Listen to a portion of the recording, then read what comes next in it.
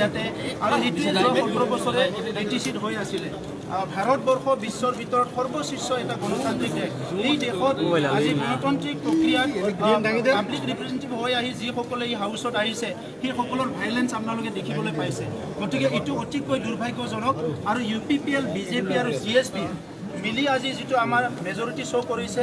আমাৰ government already form কৰা হৈছে আৰু আমাৰ দিনত আমি তেনেকুৱা কোনো অগণতান্ত্ৰিক প্ৰক্ৰিয়া ইয়াতে হ'বলৈ নিদিওঁ ইয়াত ৰাইজৰ চৰকাৰ হ'ব গণতন্ত্ৰ ইয়াতে সদায় থাকিব তেনেকুৱা অগণতান্ত্ৰিক শক্তিবিলাক চিৰদিনৰ কাৰণে সবে ৰাইজে মিলি পেলাই শেষ কৰিব লাগিব আৰু গণতান্ত্ৰিক প্ৰক্ৰিয়াটো ইয়াতে সদায় জীয়াই ৰাখিব লাগিব আমাৰ UPPL BJP আৰু CSPৰ যেটো চৰকাৰ আমি ইয়াতে শান্তি স্থাপন কৰিম সকলো জাতি জনগোষ্ঠীক লৈ আমি আগবাঢ়িম সমমৰ্যাদা সমমৰ অধিকাৰ প্ৰদান কৰিম ভূমিৰ পৰা আদি কৰি সকলো অধিকাৰ ৰাইজক আমি প্ৰদান কৰিম আৰু দুখীয়া গৰীব শ্ৰেণীৰ মানুহক সদায় আমি নজৰত ৰাখিম আমাৰ অঞ্চলৰ যিখিনি দুখীয়া গৰীব মানুহ যি জনগোষ্ঠীৰে নহওক কিয় তেখেতৰ সমস্যাবিলাক আমি সমাধান কৰাৰ কাৰণে সবচে প্ৰায়োৰিটিত আমি কাম কৰিম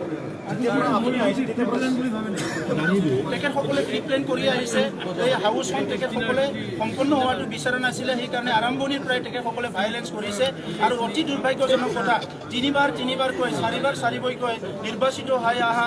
মেম্বাৰসকলে আজি যিটো কেৰেক্টাৰ ইয়াতে দেখাইছে সেইটো অতিকৈ দুৰ্ভাগ্যজনক কথা আজি যিখিনি ইয়াতে প্ৰচিডিউৰ ফলো হৈছে মহামান্য হাইকোৰ্টৰ দ্বাৰা যি এটা অৰ্ডাৰ হৈছে ইয়াৰ দ্বাৰা প্ৰচলিত হৈছে আৰু মহামান্য হাইকোৰ্টৰ দ্বাৰা যি মানে ইয়াতে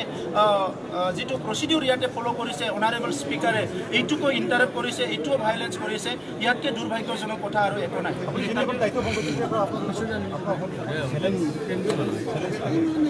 প্ৰত্যাহ্বান থাকিব অগণতান্ত্ৰিক এটা চৰকাৰ চলি আছিলে 17 বছৰে ইমানখিনি ভাইলেন্স হত্যা হিংসা দুৰ্নীতি ভ্ৰষ্টাচাৰ হৈ গ'ল তেখেতসকলে এইটো কৰিবই গতিকে আমি সেইটো ফেচ কৰি পেলাই ৰাইজক তেনেকুৱা সমস্যাৰ পৰা উদ্ধাৰ কৰিম বুলি আজি নিৰ্বাচিত হৈ আহিছোঁ আজি আমাৰ সকলো আজি যিখিনি আমাৰ UPPLৰ আজি ইয়াত নিৰ্বাচিত হৈছে ইয়াত সংগ্ৰামী নেতা গোবিন্দ বসুমতাৰী আছে ইয়াত সংগ্ৰামী নেতা ৰঞ্জিত বসুমতাৰী আছে BJPৰ তৰফৰ পৰা আজি গৌতম দাসকে আদি কৰি গণতান্ত্ৰিক প্ৰক্ৰিয়াত বিশ্বাস কৰা কিছুমান যোগ্য ব্যক্তিসকলে নিৰ্বাচন হৈ আহিছে আৰু আমি একেলগে মিলি পেলাই BTR অঞ্চলক সকলো জাতি জনগোষ্ঠীলৈ আগবাঢ়ি যাম সুন্দৰ এটা প্ৰশাসন কৰিম আপুনি দুটা পঞ্চায়ত সমষ্টিৰ পৰা জয় কৰিছিল ইয়াতে 22 গৰাকী আপুনি পদক্ষেপ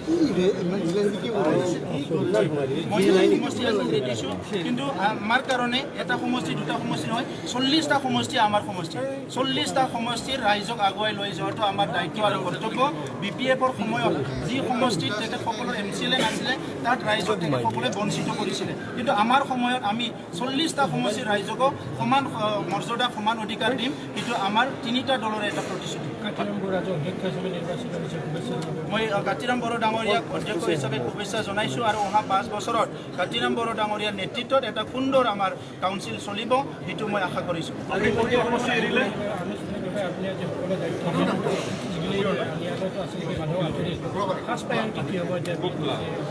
সবচে ভাল এটা নিকা আৰু স্বচ্ছ প্ৰশাসন গঢ়ি তুলিব লাগিব আমাৰ ইলেক্টেড যিখিনি কেবিনেট মেম্বাৰ আছে আমি একেলগে বহিম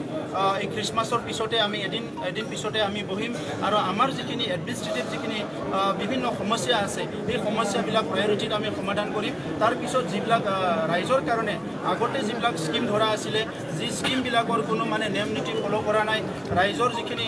প্ৰায়োৰিটি কামবিলাক আধৰুৱা হৈ আছে এই কামবিলাক আমি চোৱা চিতা কৰিম আৰু আমি বিচাৰিম কি নিকা আৰু স্বচ্ছ প্ৰশাসন লাগে আৰু সকলো ৰাইজে যাতে এই প্ৰশাসনৰ পৰা কিবা নহয় কিবা সুবিধা পায়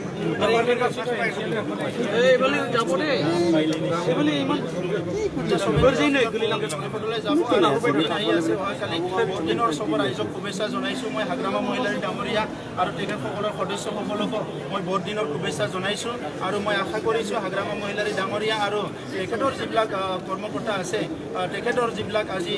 MCLA সকল শপত লৈছে আমাৰ 5 বছৰ চৰকাৰ চলোৱাত সহায় কৰিব বুলি মই তেখেতসকলৰ পৰা আশা কৰিছোঁ সব ডিপাৰ্টমেণ্টে আজি নতুন দিগন্ত সূচনা হ'ল নতুন দিগন্ত সূচনা হ'ল আজিৰ পৰা যাতে কোনো ভাইলেন্স কৰিবলৈ সাহস নকৰে আৰু কোনো অশান্তি কৰিবলৈ যাতে সাহস নকৰে আৰু ইয়াৰ লগতে কোনো যাতে কৰাপশ্যন কৰিবলৈ সাহস নকৰে সেইটো আমি আহ্বান কৰিছোঁ আমি এসপ্তাহৰ ভিতৰতে কৰিম